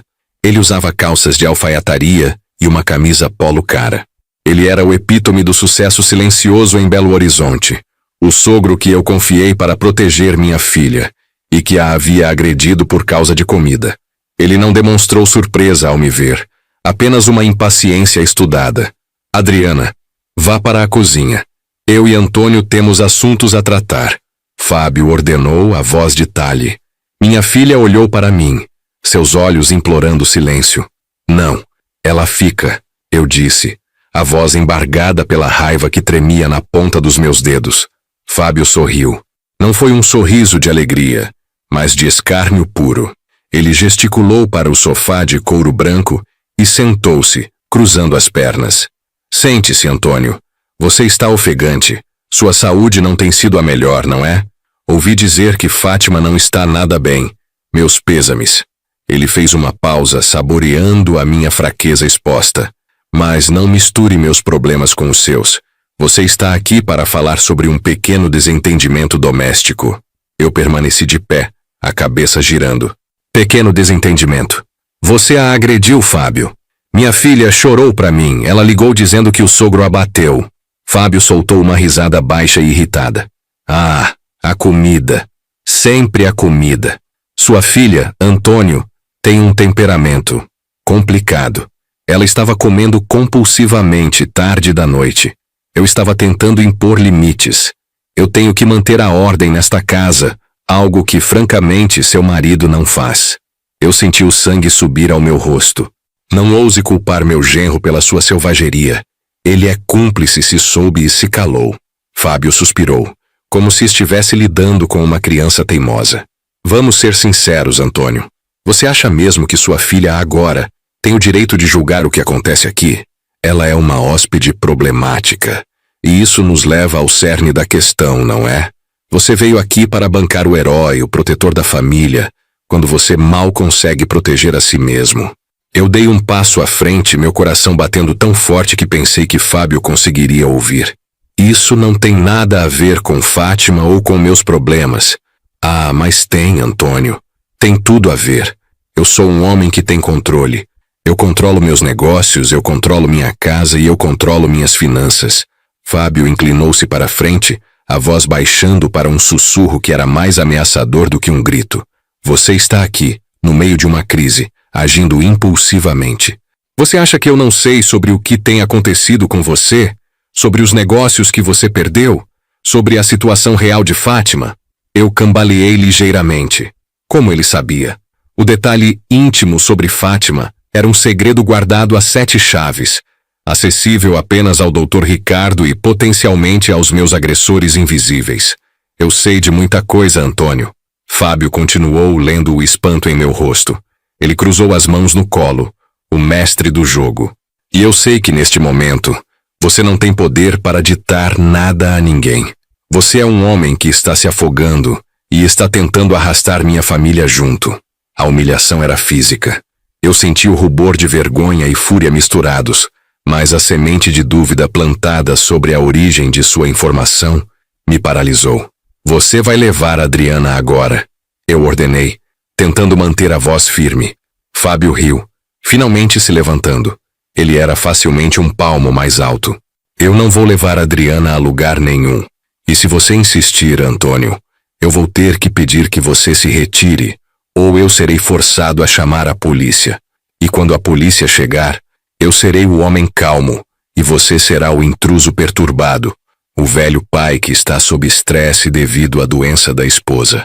Ele deu de ombros, voltando-se para Adriana, que estava encolhida, os olhos fixos no chão. Adriana não quer ir, não é, querida? Ela sabe onde está a segurança. Ela sabe que as coisas não são melhores lá fora. Ele disse a voz paternalista e doentia. Adriana não me olhou. Ela balançou a cabeça, um movimento quase imperceptível. Traidora. O medo de Fábio era maior do que a dor de ser abandonada. Eu estava derrotado. Total e completamente. Eu não podia arriscar uma prisão por invasão de propriedade ou agressão. Não agora que eu estava sendo caçado. Eu respirei fundo. O cheiro opulento da casa agora parecendo sufocante. Isso não termina aqui, Fábio. Eu juro por Deus. Não termina aqui. Fábio sorriu novamente, aquele sorriso frio de superioridade. Claro que não, Antônio. Mas na próxima vez, traga um advogado que valha a pena. Até lá eu sugiro que se concentre em sua própria sobrevivência. Virei as costas à imagem da rosa negra e a palavra cuidado piscando em minha mente. Fábio não era apenas um agressor doméstico. Ele era uma peça informada neste jogo sombrio. Saí daquela mansão em chamas, deixando minha filha para trás, e entrei no meu carro tremendo de raiva contida. A humilhação era um peso que me esmagava, mas o medo de Fábio saber sobre Fátima era um veneno ainda pior. O jogo havia mudado. Eu não estava apenas lutando contra criminosos anônimos. Eu estava lutando contra um círculo interno de traição. Eu precisava de Dr. Ricardo. E precisava dele agora. Mas antes disso, eu tinha um novo destino. Um lugar que Fábio jamais esperaria. Eu precisava rastrear a origem daquela informação. E eu sabia que o ponto de partida estava na única pessoa que tinha acesso à minha casa e à minha intimidade. Alguém tinha quebrado a confiança e eu precisava saber quem, ou eu não sobreviveria a este jogo. Minha próxima parada seria o hospital de Fátima. Eu precisava de uma verdade sombria. Eu parei o carro a um quarteirão da casa, o motor ainda quente, mas o meu corpo mais gelado do que a Serra de Ouro Preto em julho. A imagem de Adriana, magra e assustada, grudava na minha retina. Ela estava segura, mas eu não. A ameaça de Fábio não era mais física, era cirúrgica. Ele sabia onde me atingir sem levantar a mão. Fátima. Liguei para Dr. Ricardo, minha voz rasgando como papel velho. Ricardo, pare o que estiver fazendo. Emergência classe 1. Não posso falar por telefone, mas estou sendo rastreado e atacado em várias frentes. Preciso que você mobilize o máximo de liquidez que puder e se prepare para uma guerra legal brutal. Fábio está jogando pesado e ele sabe sobre Fátima. Houve um silêncio pesado do outro lado. Ricardo, sempre calmo, só disse: Antônio, onde te encontro? Não na sua casa, não no escritório. Me dê 15 minutos. Meu primeiro destino é o banco. Preciso proteger o que resta. Desliguei. O desespero era uma tentação, mas eu o transformei em método. Não havia tempo para chorar ou gritar. Havia apenas tempo para agir. E precisava ser feito com a precisão de um cirurgião. A primeira parada foi o Banco Nacional de Minas, na Savassi, um lugar que eu frequentava há 40 anos. O cheiro de ar-condicionado antigo e papel gasto era o aroma do meu passado. Entreguei minha identificação à atendente, que me cumprimentou com um sorriso robótico e me encaminhou à sala dos cofres. O processo era tedioso e lento, a antítese do meu estado de espírito frenético.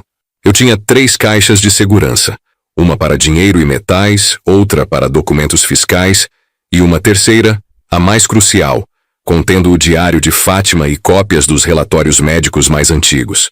Eu precisava de provas de que Fábio sabia da doença dela antes do casamento de Adriana e Marcelo, pois isso poderia configurar chantagem prévia. Enquanto o gerente abria as pesadas portas de aço, eu observava cada funcionário, cada câmera. A paranoia era justificada. Retirei a maior parte do dinheiro em espécie da primeira caixa, embalando-o em um malote discreto. Da terceira caixa, peguei o diário de Fátima, páginas finas com letra cursiva, cheias de esperança e depois de medo. Este era o meu seguro. Ao sair, notei algo estranho. Um jovem de terno cinza que parecia deslocado na sala de espera estava olhando demais para o meu malote. Não era um assaltante. Era muito limpo para isso. Era um observador. Eu forcei a calma, mas a semente da dúvida havia germinado. O braço de Fábio chegava até mesmo aqui. Minha próxima tarefa era a caça ao rato. Eu não podia ir ao hospital, pois Fábio esperaria por mim lá, mas eu precisava saber como ele tinha obtido a informação sobre o tratamento de Fátima. Só havia uma forma: uma traição dentro do meu círculo, ou alguém que teve acesso à minha casa nos últimos meses. Dirigi até o meu bairro, mas não para a minha casa. Estacionei perto da casa do Sr. Olavo, um vizinho reformado, conhecido por passar mais tempo na janela do que assistindo televisão. Olavo era um repositório de fofocas locais, o tipo de pessoa que anotava quem recebia qual entrega. Aproximei-me da cerca viva, fingindo inspecionar o muro de divisa. Sr. Olavo, bom dia. O senhor está bem? Eu forcei um sorriso. Olavo, com seus óculos na ponta do nariz, acenou. Antônio, que bom te ver. Estava preocupado com Adriana. Aquele marido parece um parasita. Eu ignorei o comentário sobre Marcelo e fui direto ao ponto, usando o pretexto da segurança. Senhor Olavo, tenho sentido que as coisas não estão seguras por aqui. Notei uns carros estranhos. O senhor por acaso viu alguma movimentação anormal perto da minha casa nas últimas semanas? Olavo apertou os lábios, saboreando o drama. Anormal? Não. A não ser... sim. Há uns 10 dias. Uma mulher. Bonita, mas com cara de cobra. Meu estômago gelou. Uma mulher? Quem era? Ela disse que era amiga da sua família, mas nunca a vi. Me perguntou sobre a Fátima, sobre o tratamento dela, se estava melhorando, se passava muito tempo fora de casa. O que ela disse que era? Perguntei, quase engasgando. Disse que era Patrícia, uma colega de trabalho antiga da sua esposa. Veio entregar umas flores e queria saber se podia visitar. Mas ela fez perguntas demais, Antônio. Ela queria saber os horários, quem cuidava da casa. Eu disse que Fátima estava em tratamento, mas que não sabia os detalhes. Patrícia. O nome ressoou com uma confirmação terrível. Patrícia era a ex-nora de Fábio, uma mulher que ele usava para trabalhos sujos antes de ela se casar com outro empresário duvidoso. Ela não era amiga de Fátima. Ela era uma espiã. Ela devia ter sido plantada por Fábio há meses, esperando o momento certo para obter os dados de Fátima. Olavo continuou, alheio à tempestade em meu peito. E outro dia um entregador de pizza, mas ele não tinha pizza. Ele ficou tirando fotos da entrada de sua casa. Achei que ele era meio burro, sabe? Tentou esconder a câmera atrás da mochila. Fábio não estava apenas me monitorando. Ele estava construindo um dossiê. Agradeci a Olavo, mal conseguindo manter a compostura. A traição de Patrícia era uma pista crucial. Ela tinha a face social necessária para entrar em qualquer lugar, e seu envolvimento ligava Fábio diretamente à espionagem. Saí dali e fui direto ao meu escritório particular, um pequeno anexo que mantinha fora de casa. Lá, encontrei Dr. Ricardo. Ele já estava revisando pastas, a seriedade marcada em seu rosto. Patrícia, ela conseguiu a informação. Ela fingiu ser amiga de Fátima para o vizinho. Fábio está usando a rede dele para me destruir. Não é só a extorsão do sogro dela que me preocupa, Ricardo. É o controle total que ele quer sobre a minha vida, usando a fragilidade da Fátima. Ricardo fechou a pasta que estava lendo. Antônio, isso muda tudo. Se ele tem provas de que você estava vulnerável, ele pode tentar descredibilizar qualquer ação legal sua, alegando instabilidade emocional. O dinheiro que você tirou do banco está aqui. Apontei para o malote. E os documentos de Fátima também. Ótimo. Agora, a próxima fase. Fábio não vai parar. Precisamos de uma retaliação rápida e dolorosa. Precisamos atingi-lo onde dói. E onde é isso? Perguntei, a fúria finalmente me dando clareza. Fábio sempre protegeu a família dele acima de tudo, inclusive a sua reputação. Seu filho, Marcelo, que se casou com Adriana, ele pode ser a chave. Mas há uma outra pessoa que Fábio tem tentado proteger a qualquer custo nos últimos anos. Alguém que está profundamente envolvido no esquema de corrupção dele e cujo nome ele varreu para debaixo do tapete. Se conseguirmos expor essa pessoa, Fábio irá tremer. Quem? Ricardo me entregou um pequeno envelope pardo, datado de 2018.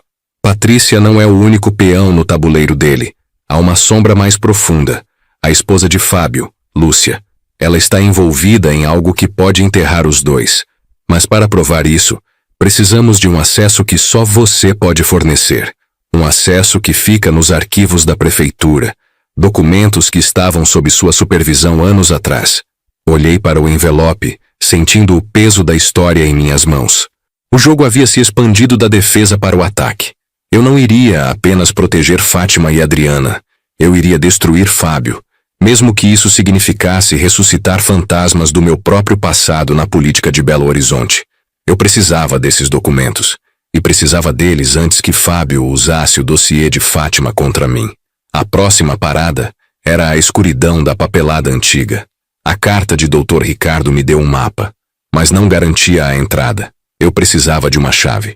E a chave, em Belo Horizonte, quase sempre reside em um favor antigo. Em um elo de lealdade que sobreviveu à corrosão da política. Liguei para Zé. Zé era um colega dos meus tempos na Secretaria de Planejamento Urbano, um homem que passou 30 anos arquivando os segredos da cidade. Ele era o zelador silencioso da memória de BH. E, mais importante, ele odiava Fábio com a paixão morna de quem foi preterido em uma promoção. Encontrei Zé à meia-noite no portão de carga da prefeitura, um lugar que cheirava a diesel e chuva ácida. Ele estava pálido e suado, mesmo com a temperatura fria da madrugada de inverno. Antônio, ele sussurrou, a voz arranhada. Você sabe o risco disso. Se me pegarem, eu perco a aposentadoria. Eu sei, Zé, respondi, passando-lhe um envelope gordo. Era mais do que ele ganharia em 3 meses, mas era o preço da minha redenção, da segurança de Adriana. É apenas uma caixa, arquivos de 2018. Licitações de infraestrutura. Código PU 418. Ele engoliu em seco, sentindo o peso do dinheiro. O subsolo. 3 andares abaixo. Os arquivos de papel mais antigos. Descemos em um elevador de serviço barulhento, que parecia tossir a cada andar. A descida era uma viagem no tempo, dos lustres frios do térreo para o calor úmido e as sombras profundas do porão. A porta do arquivo era de aço maciço. Zé a abriu com um molho de chaves que fazia um som metálico agudo no silêncio sepulcral. Quando entramos, o cheiro me atingiu com a força de um soco. Não era apenas mofo. Era o cheiro pesado e doce de papel velho em decomposição, misturado com o ozônio de um sistema de ar-condicionado que gemia há décadas, tentando lutar contra a umidade que corrói a história. Era o cheiro de segredo. As lâmpadas fluorescentes piscavam preguiçosamente, revelando corredores infinitos de prateleiras de metal cinza. Eu sentia a poeira na garganta, um lembrete físico de que eu estava pisando onde a cidade guardava seus esqueletos. PU 4618, repeti, consultando a anotação que Ricardo havia me dado. Zé apontou com a lanterna para uma seção no meio do corredor. Levamos 15 minutos tensos para encontrar a sequência correta. A caixa de papelão, marcada a caneta hidrocor desbotada, estava empilhada debaixo de outras 10, pesando 1 tonelada. Retiramos a caixa. O rótulo dizia: PU 418, Saneamento Básico, Região Pampulha. Finalizado auditado Q4 2018. Pronto, agora some com isso, Antônio. Eu não vi nada, Zé implorou, a voz quase falhando. Obrigado, Zé, você acabou de salvar minha família.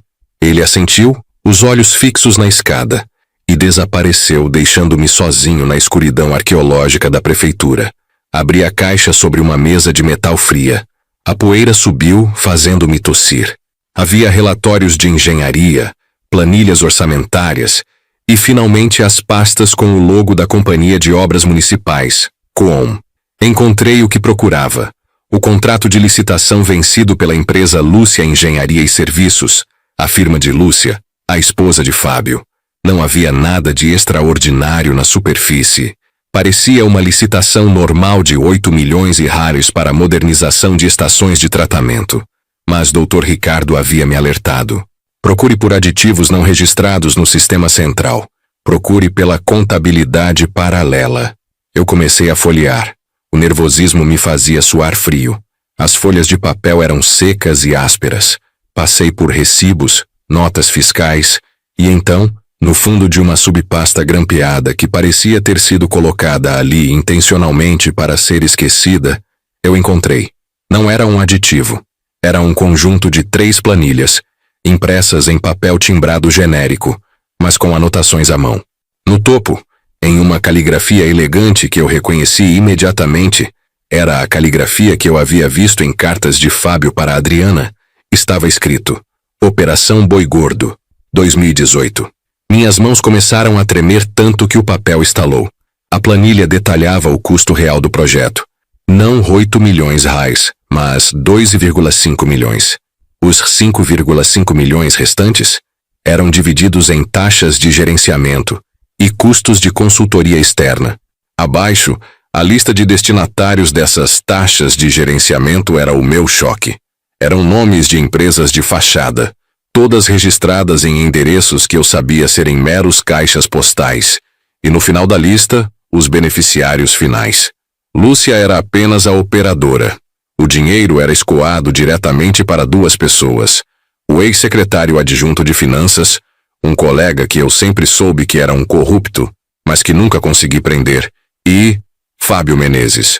Fábio havia montado uma rede de desvio de verba pública através da empresa de sua esposa, superfaturando contratos de infraestrutura básica, roubando milhões dos cofres de Belo Horizonte. Mas a revelação mais dolorosa ainda estava por vir. Eu virei a última folha da Operação Boi Gordo. Havia um detalhe específico. Um débito de 380 mil rotulado à mão. Apartamento M&A. Sinalização de confiança. O apartamento. O apartamento luxuoso que Marcelo e Adriana tinham comprado em 2019. O mesmo lugar que Fábio havia comprado para o casal. O apartamento que ele usava para manter Adriana sob seu domínio. O dinheiro não era um presente de família, vindo de trabalho honesto. Era dinheiro sujo. Dinheiro roubado do saneamento básico da cidade, lavado através de Lúcia Engenharia e usado como um laço dourado para amarrar minha filha a um casamento forjado em corrupção. O ar sumiu dos meus pulmões. Não era apenas um rival pessoal. Fábio não era apenas um agressor doméstico. Ele era um criminoso de colarinho branco em uma escala que eu nem sequer havia imaginado. E ele havia usado minha filha como uma peça de decoração em seu castelo de sujeira. A crueldade de Fábio não era apenas emocional. Ela era financeira, política e profundamente sistêmica. Eu me sentia enjoado, não só pela injustiça, mas pela vergonha. Eu havia trabalhado por décadas naquela prefeitura, e este esquema estava sendo executado sob o meu nariz. O dossiê de Fátima era uma fumaça para distrair do incêndio que Fábio estava ateando na cidade. Sentei-me no chão frio do arquivo, apoiando as costas nas prateleiras que rangiam. Tinha nas mãos a prova, a arma que Dr. Ricardo precisava. Se isso fosse revelado, Fábio não perderia apenas a influência, ele perderia a liberdade, e Lúcia seria arrastada junto. Mas o preço de expor Fábio era alto. Ele era poderoso, e se ele percebesse que eu tinha a Operação Boi Gordo, ele não hesitaria em usar o dossiê de Fátima contra mim e minha família imediatamente, jogando lama em tudo que ela era. Eu tinha que ser rápido. Tinha que agir como um predador, não como uma presa assustada. Enrolei as planilhas cuidadosamente e as coloquei dentro do meu paletó. Agora, o silêncio do arquivo não era mais opressor. Era cúmplice. Eu tinha o jogo em minhas mãos, mas precisava sair daquele subsolo, daquele túmulo de papel, antes que o sol nascesse e as engrenagens da máquina de Fábio começassem a girar novamente em Belo Horizonte. O plano tinha mudado. Não era mais sobre divórcio e guarda. Era sobre justiça e sobrevivência. E Fábio Menezes descobriria em breve que um avô desesperado é muito mais perigoso do que um advogado astuto. A próxima etapa era entregar essa bomba para Dr. Ricardo e preparar a detonação. Eu precisava garantir que Fátima estivesse segura antes que a explosão atingisse a superfície.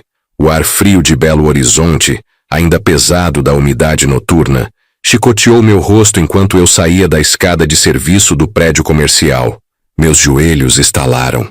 Eu parecia um homem de 62 anos saindo de uma maratona subaquática, mas o cansaço era compensado por uma adrenalina fria e calculista que eu não sentia desde os meus 30 anos. As planilhas, enroladas no meu paletó, eram meu escudo e minha espada.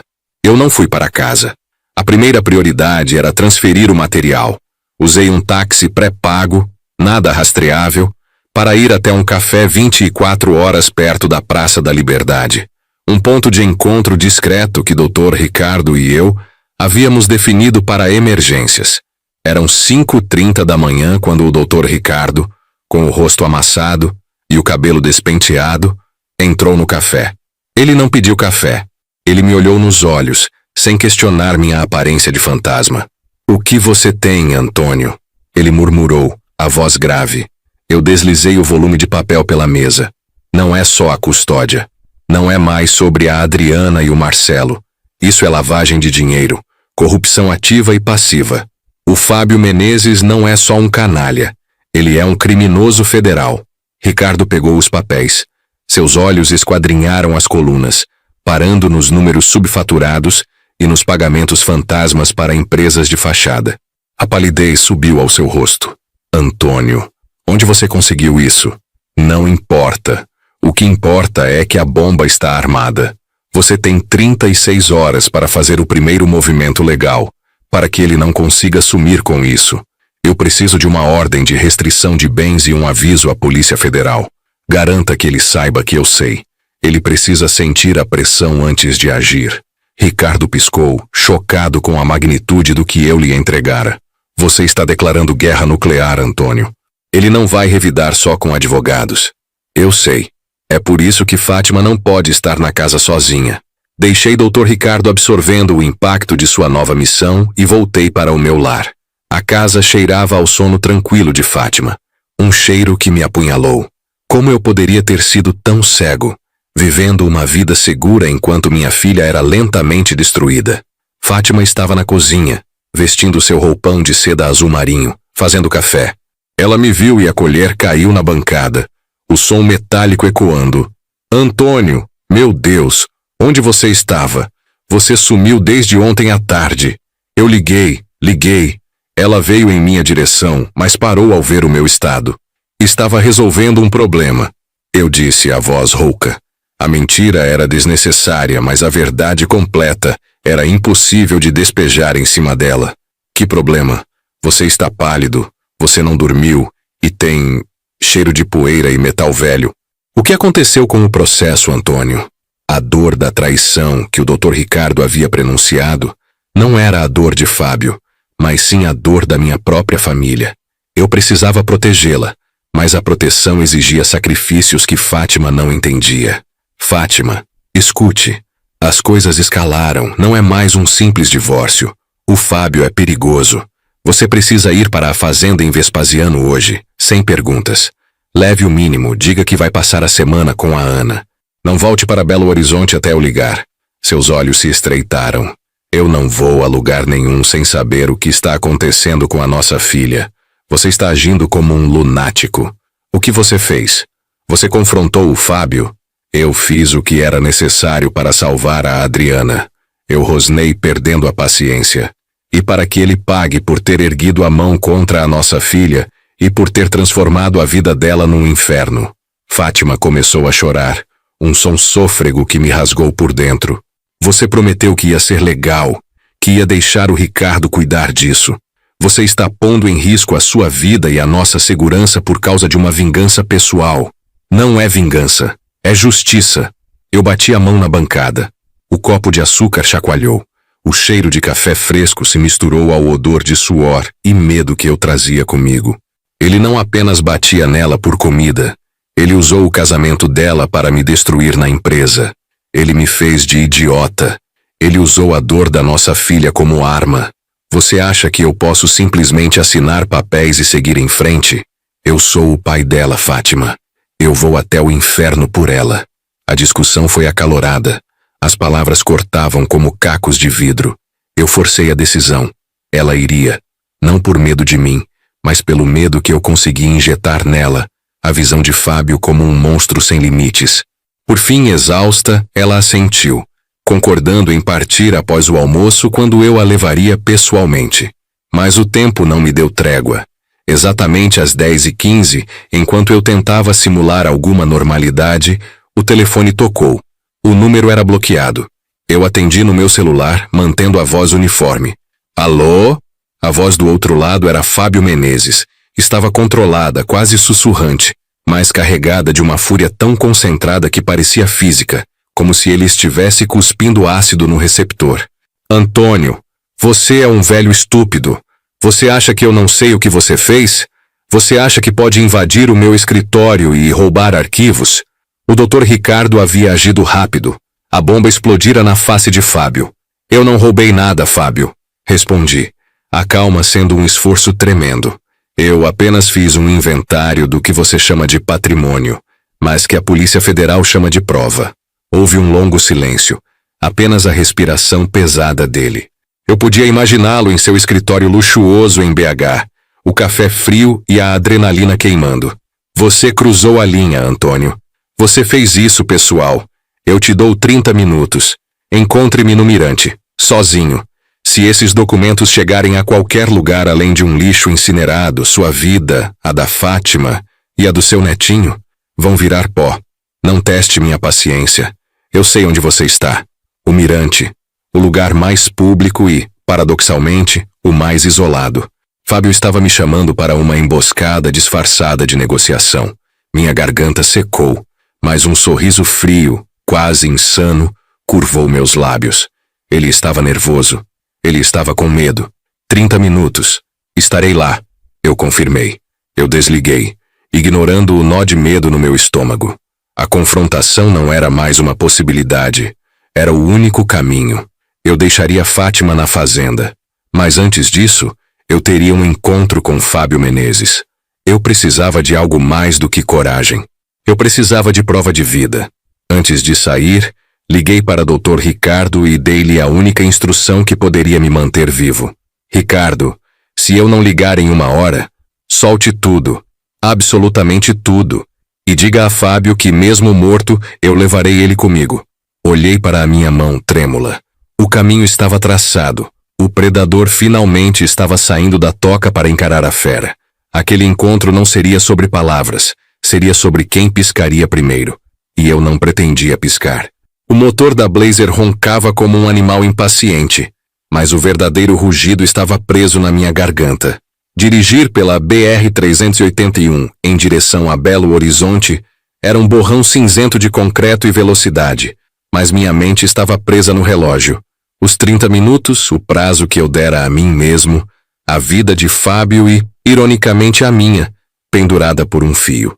Meu medo havia se transformado em uma substância fria, densa e gerenciável. Não era coragem, era necessidade. O medo agora me servia de combustível, não de freio. Cheguei ao centro financeiro de BH e fui direto para o endereço que Dr. Ricardo havia me passado. O quartel-general da empresa de Fábio, um bloco de vidro e aço que parecia sugar toda a luz natural. Eu o encontrei no subsolo. O estacionamento era cavernoso, cheirava a borracha queimada e mofo, e as luzes fluorescentes zumbiam, ecoando o zumbido nos meus ouvidos. Fábio estava de pé ao lado de seu carro importado, um luxo germânico imponente. Ele vestia um terno cinza chumbo, parecendo a personificação da arrogância corporativa. Quando saí do carro, o cascalho sob minhas botas fez um barulho seco, quebrando o silêncio opressor do lugar. Eu não estava armado, exceto pelo peso do meu passado e pela ameaça que Dr. Ricardo representava. Antônio, Fábio disse, sua voz escorrendo escárnio, mas havia um tremor sutil. Ele nunca esperou que eu saísse da fazenda para vir até ele. Eu pensei que você fosse mais esperto do que isso. Vir me confrontar no meu território? A essa altura do campeonato, as coisas estão resolvidas. Resolvidas? Minha voz saiu rouca. Um som que eu mal reconheci. Sua ideia de resolver as coisas envolve bater na minha filha e pensar que o dinheiro vai calar o sofrimento dela? Fábio deu um passo à frente, ajustando a gravata, tentando projetar domínio. Você não entende.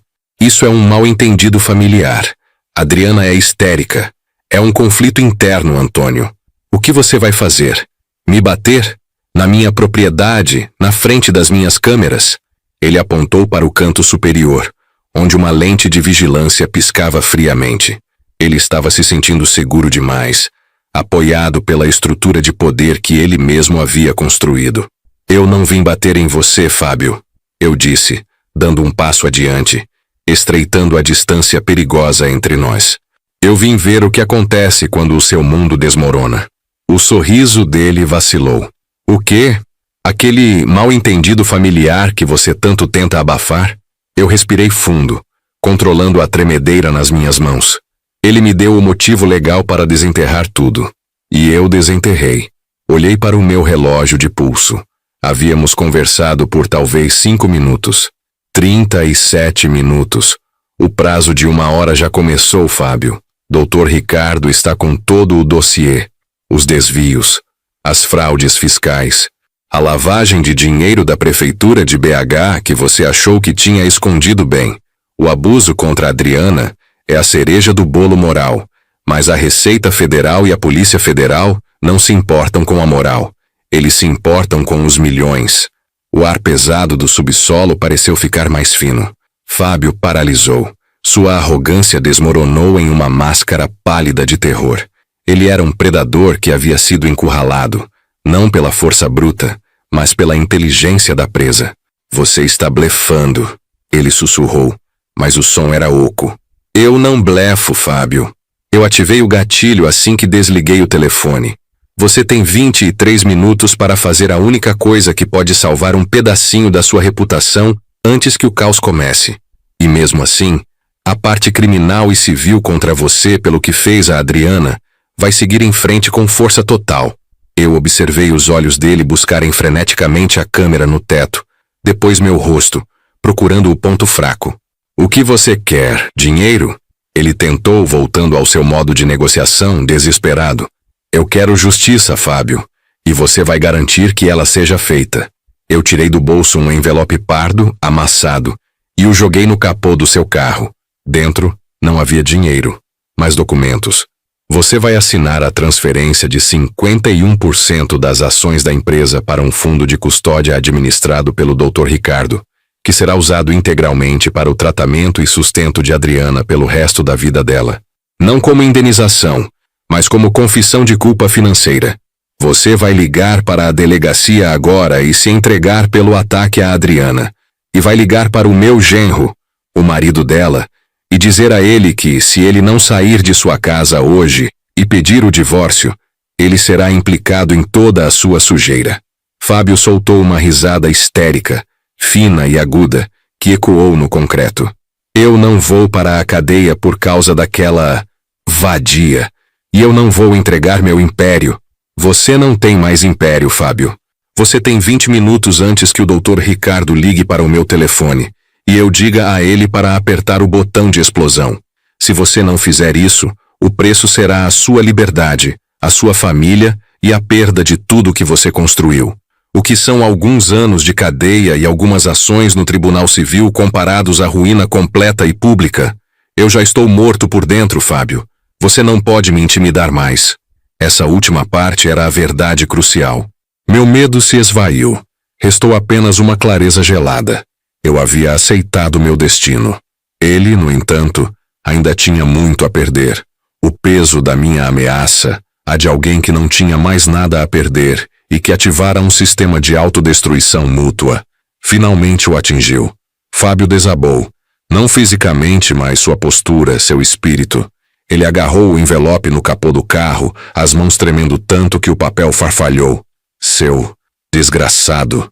Ele sibilou, mas sem força. Ele olhou para a porta do elevador, talvez pensando em fugir, mas sabia que, se saísse dali, a contagem regressiva continuaria. O som do clique do meu telefone reverberou. Era Dr. Ricardo. Eu atendi, mantendo os olhos fixos em Fábio. Ricardo, a situação está sob controle. Fábio está cooperando. Ligue para a delegacia central.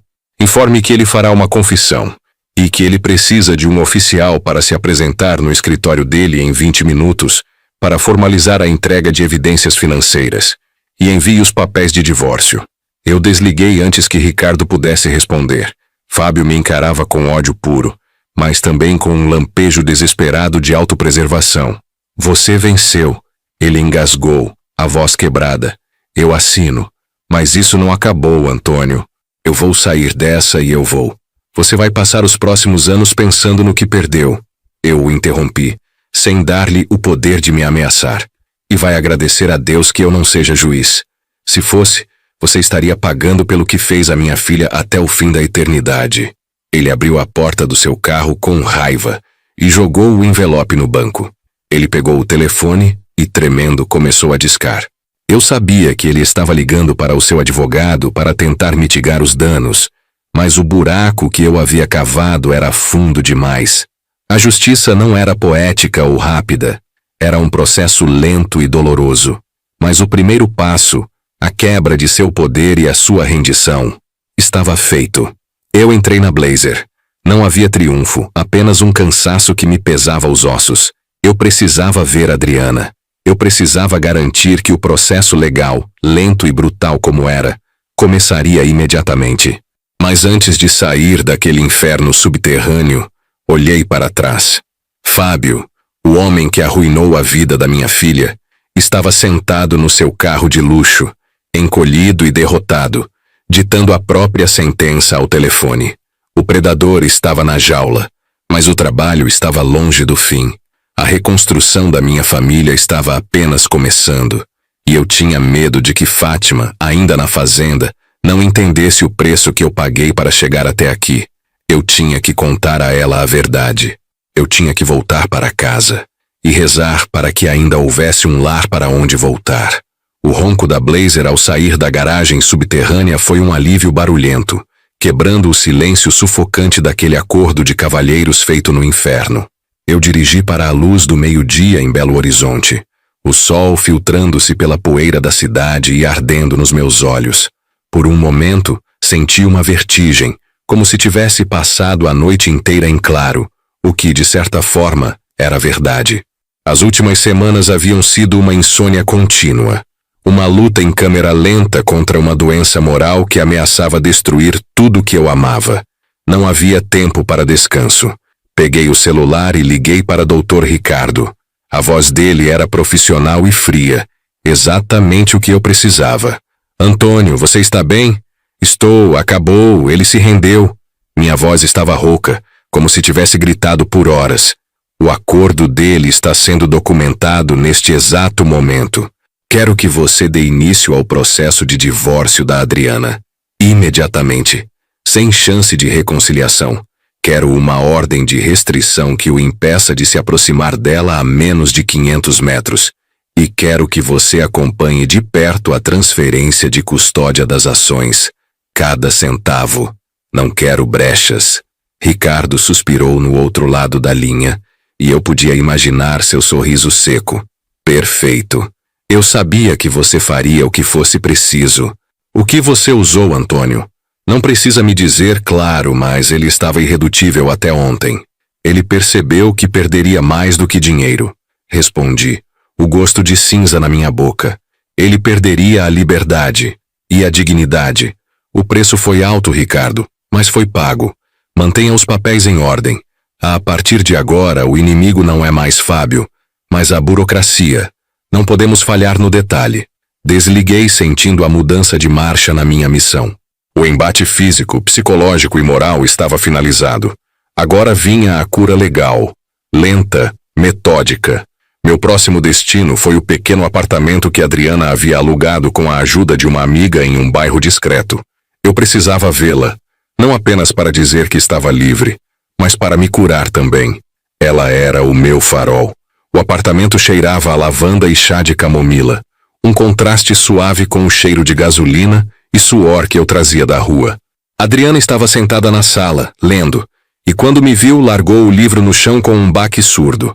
Seu rosto estava mais magro, as olheiras ainda presentes, mas havia uma luz nos seus olhos que eu não via há meses. A luz de quem não está mais se encolhendo. Pai, eu não falei, apenas caminhei até ela e a abracei. Foi um abraço diferente dos anteriores. Não era o abraço de consolo. Era o abraço de dois sobreviventes que finalmente podiam respirar. Eu senti o cheiro familiar do seu cabelo e a fragilidade dos seus ombros, e soube que a ferida estava profunda, mas que não a havia matado. Acabou, minha filha. Murmurei contra o topo da sua cabeça. Ele assinou. O divórcio começa hoje. Ele não vai mais te tocar, não vai mais te ameaçar, não vai mais chegar perto de você. Ela soluçou uma vez, um som seco, e depois se afastou para me olhar nos olhos. As lágrimas escorriam, mas eram lágrimas de alívio, não de desespero. Você está machucado, pai. O que aconteceu? Eu sorri, mas o sorriso não atingiu meus olhos. Apenas a fadiga da guerra, meu amor. Eu cuidei do seu pesadelo. Agora você cuida da sua vida. Você vai voltar a estudar, vai retomar a sua carreira e vai ser feliz. Eu te prometo. Passei mais 1 hora com ela, tratando-a como uma adulta responsável pela própria recuperação. Eu não a superprotegi. Dei a ela o que ela mais precisava. A certeza de que o monstro estava acorrentado. Deixei-a aos cuidados da amiga e voltei para a Blazer. A estrada que me levaria de volta à fazenda, onde Fátima esperava, parecia infinitamente mais longa do que o caminho até a cidade. Eu estava fugindo da adrenalina de BH para enfrentar a quietude da verdade. Eu dirigi sob o céu azul de Minas, as montanhas onduladas passando por mim. O silêncio na cabine era pesado. Eu tinha vencido Fábio, mas o preço da vitória me assombrava. Eu tinha mergulhado a mão na lama, feito acordos que a minha versão anterior de Antônio jamais teria considerado.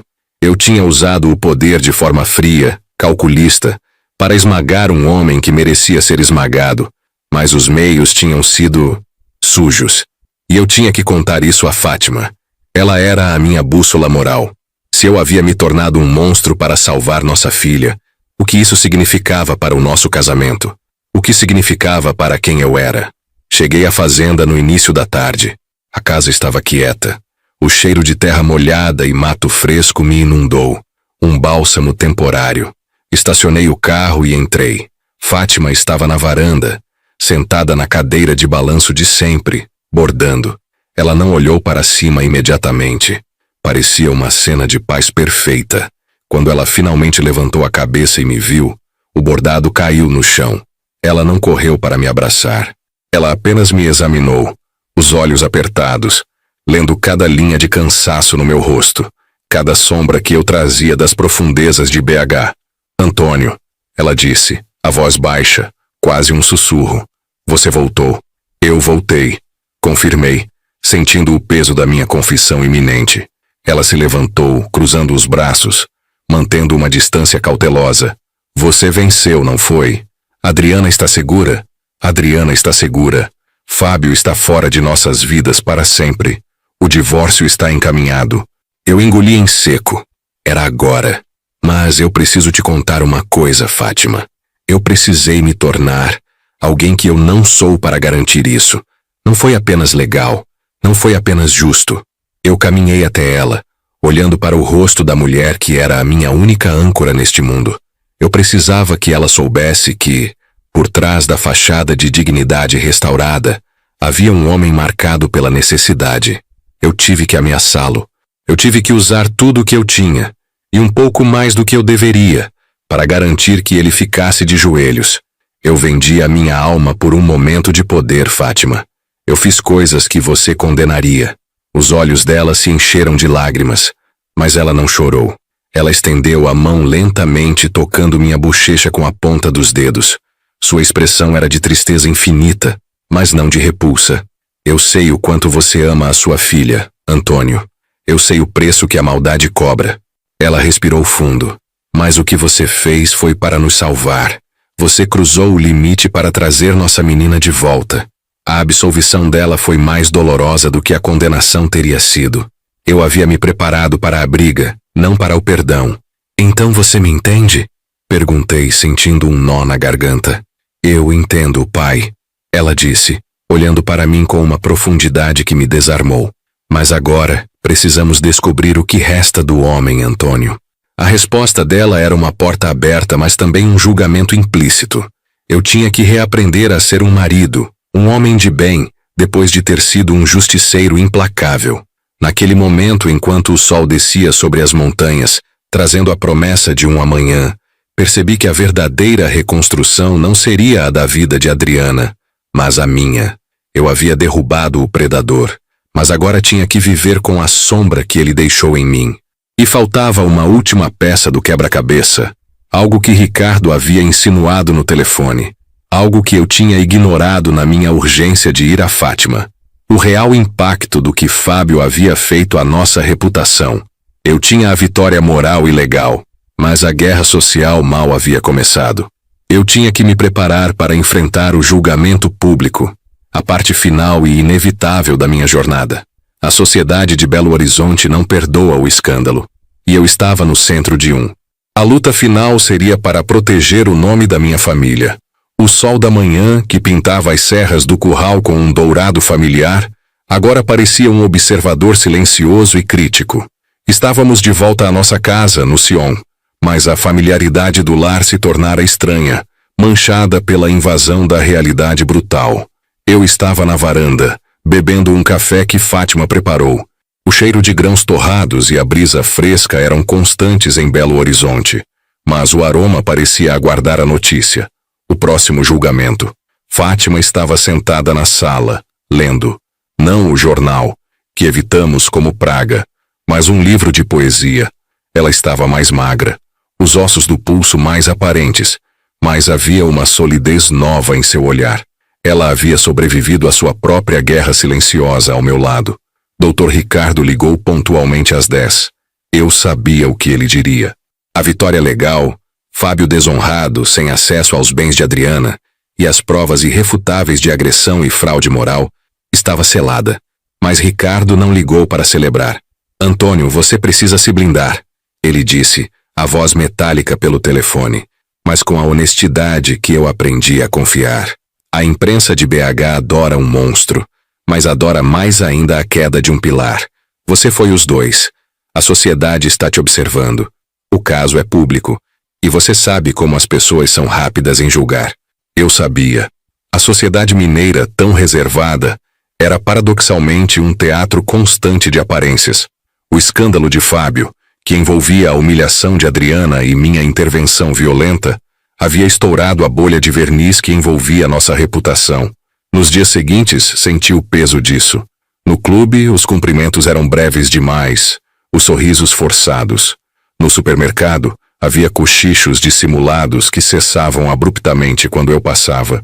A minha imagem de empresário sólido e patriarca inabalável estava em frangalhos.